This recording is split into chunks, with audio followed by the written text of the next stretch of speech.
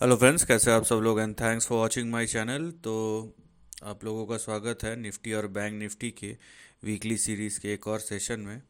और ये सेशन इस साल 2024 कैलेंडर ईयर का आखिरी सेशन होगा।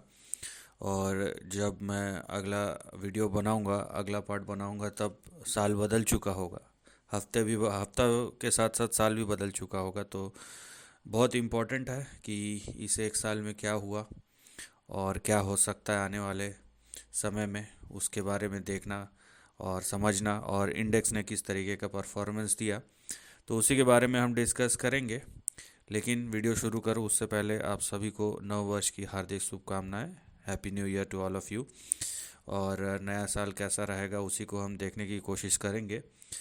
तो इस वीडियो में मैं अगले एक हफ्ते की बात नहीं करूँगा, मैं बल्कि एक पर्सपेक्टिव रखने की कोशिश करूँगा, जहाँ पे हम ये समझेंगे कि 2024 में इंडेक्स का परफॉर्मेंस कैसा था और आने वाले समय में किस तरीके से डायरेक्शन हमें दिखाई दे सकता है, कम से कम in the very near future.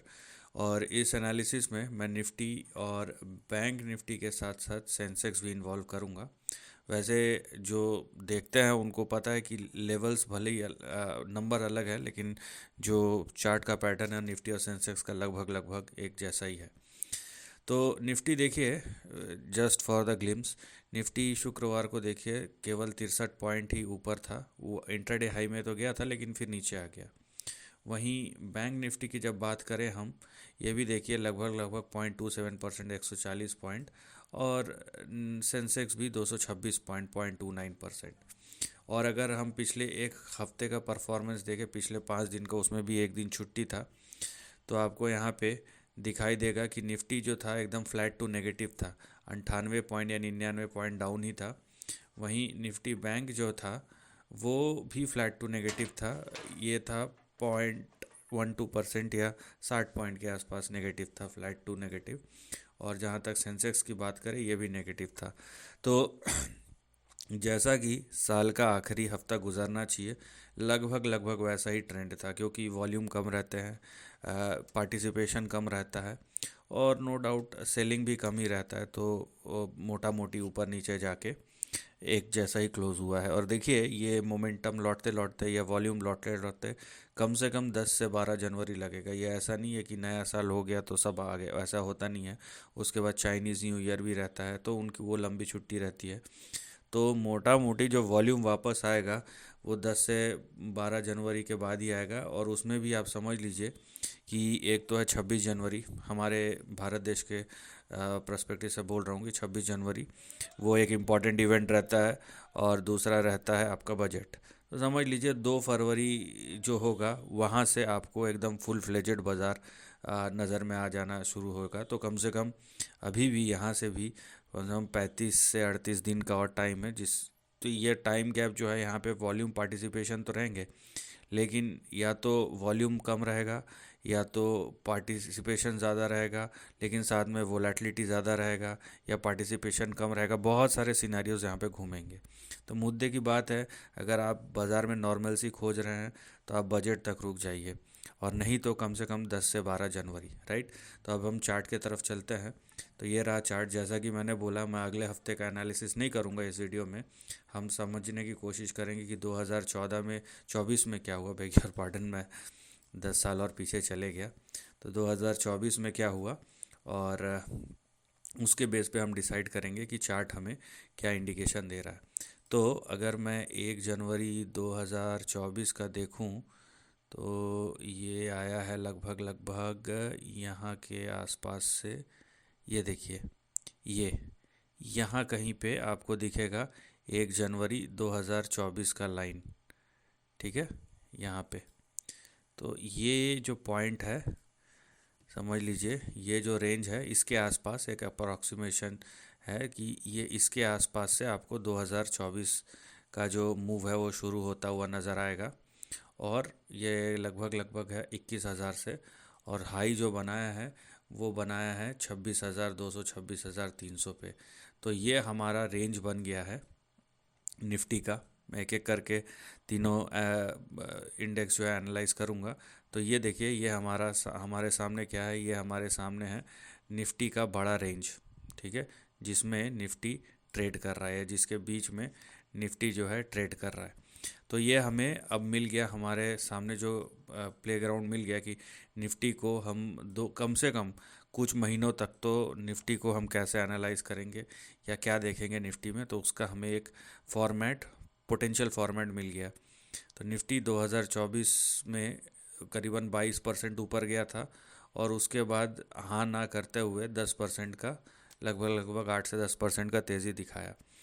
अब पहली बात, आपको रेंज मिल गया जो शुरू होता है नीचे, ये देखिए 21,300, 21,560, और ऊपर रेजिस्टेंस क्या है, 26,355। अब अगर आप लॉजिकली भी सोचेंगे तो जाहिर सी बात है ये सेंटर को ट्रेड करने का कोई मतलब नहीं, क्योंकि या तो यहाँ से ऊपर भी जा सकता है, यहाँ से नीचे भी जा सकता है। लेकिन इसमें एक पेंच है। अब देखिए यहाँ पे हम अगर देखेंगे, अगर नॉर्मल लाइन भी यूज़ करेंगे तो यहाँ से ऊपर गया, अब करेक्शन हुआ, अब करेक्शन टेक्निकली यहाँ तक आना चाहिए, उसके बाद फिर ये ऊपर जाना चाहिए, इज़न्ट इट। तो चार्ट अगर आप निफ्टी का देखें तो यहाँ पे एक क्लासिकल पैटर्न डेवलप हो चुका है और इसे डेवलप होने में पिछले कुछ महीने लगे हैं। अब ये देखिए, मैं दिखा देता हूँ आपको, इसको थोड़ा सा जूम करूँगा ना तो और अच्छे से आपको दिखेगा, ठीक है। यहाँ पे एक क्लासिकल पैटर्न का फॉर्मेशन हो चुका है, ये देखिए आप। यहाँ पे जो टेक्निकल पैटर्न जानते हैं उनको पता है मैं क्या बात कर रहा हूँ। ये देखिए, अब आपको दिख रहा है एक परफेक्ट हेड एंड शोल्डर जिसका फॉर्मेशन हो चुका है। इसकी शुरुआत हुई थी ये जुलाई के आसपास, जुलाई 2024 में, और दिसंबर में आते आते कंप्लीट हुआ है। तो ये क्या इंडिकेट कर रहा है, यहाँ पे हमें एक और कंफर्मेशन मिलता है कि निफ्टी में करेक्शन हो सकता है। और यहाँ पे देखिए हमारे सामने एक तो पहला रेंज है, दूसरा हमें दिख रहा है कि चार्ट लगभग लगभग बीच में फंसा हुआ है। और अगर ये हरा लाइन देखेंगे जो क्लोज हुआ है फ्राइडे का, वो भी हरे लाइन के नीचे, जो 200 डे मूविंग एवरेज है। तो ये तो चेंज होते रहेगा, लेकिन बोलने की बात ये है कि प्राइस भी नीचे जा रहा है और हमें एक पैटर्न मिलता है जो एक क्लासिकल पैटर्न है, और जनरली ऐसे पैटर्न गलत नहीं होते हैं। तो यहाँ पे ये चांसेस बढ़ जाते हैं कि निफ्टी जो है कहीं ना कहीं अपने lower and of the range की तरफ टेस्ट कर सकता है, मतलब 9 से 10% का करेक्शन यहाँ से। और यहाँ पे देखिए ये जिस तरीके का बाज़ार है ना, ये 10% होगा, लेकिन इसमें समय ज़्यादा लगेगा। मान लीजिए हो सकता है 3 से 4 महीने में लग जाए। यहाँ पे बीच में इंडिविजुअल स्टॉक्स में चर्निंग होता रहेगा, लेकिन बहुत कम ऐसे इंडिकेशंस है फ़िलहाल बाज़ार में कि एकदम धड़ाम से एक दिन में गिर जाए। अगर ऐसा हुआ तो फिर वहाँ पे रिकवरी भी फास्ट आ जाएगी, लेकिन वो ट्रेंड किस तरीके का होगा देखना पड़ेगा। लेकिन बोलने की बात यह है कि निफ्टी जो है एक रेंज में है, और वो उस रेंज में निफ्टी नीचे के तरफ जा रहा है। और ऑन टॉप ऑफ दैट हमें ऐसे पैटर्न्स मिल रहे हैं जो ये कंफर्म कर रहा है कि कम से कम अगले कुछ हफ्ते नहीं लेकिन कुछ महीने, ठीक है, कम से कम 3 से 4 महीने निफ्टी में करेक्शन कंटिन्यू रहेगा। कंडीशन, ये करेक्शन कैसा रहता है, फास्ट या स्लो, ये आपको देखना पड़ेगा, ठीक है। तो ये रहा निफ्टी का जो इनिशियल जो व्यू है। उसके बाद जैसे जैसे ट्रेंड डेवलप होगा हम वैसे वैसे आगे समय में बात करते जाएंगे। अब बात करते हैं बैंक निफ्टी की। जैसे निफ्टी में हमें क्लियर कट पैटर्न दिखता है, बैंक निफ्टी में भी दिख रहा है, लेकिन इसको हम एग्जैक्टली नहीं बोल सकते कि हेड एंड शोल्डर है, क्योंकि ये एक, आप देखिए, ये एक रेक्टेंगुलर शेप में है और ये रादर ये कंसोलिडेशन बोल रहा है, ना कि करेक्शन। निफ्टी में तो हमें दिख रहा था ना कि एक करेक्शन हो रहा है, लेकिन यहाँ पे देखिए इस रेंज के अंदर निफ्टी बैंक का जो प्राइस है वो घूम रहा है। और जहाँ तक हम बात करेंगे कि 2024 में कहाँ से शुरू हुआ है, तो 2024 हुआ है लगभग लगभग, अब देखिए, हाँ ये यहाँ पे कहीं पे, हाँ ये यहाँ कहीं पे हुआ है, ये है 2024 का स्टार्टिंग पॉइंट। तो निफ्टी ने तो अपने स्टार्टिंग पॉइंट से लगभग लगभग 22% का हाई मारा था, लेकिन बैंक निफ्टी ने 12% का ही मारा है। तो यहाँ पे वोलेटिलिटी कम है क्योंकि यहाँ पे रिटर्न्स भी कम है बैंक निफ्टी के।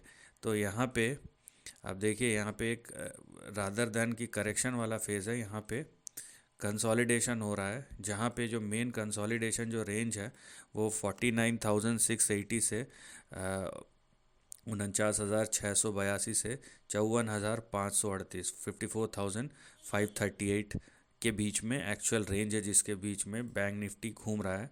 तो ये देखिए, लेकिन यहाँ पे एक कंडीशन ये है कि अगर ये 49,680 के नीचे जाता है तो फिर 48,200 के आसपास भी आ सकता है। ये भी बात आपको यहाँ पे ध्यान रखना है।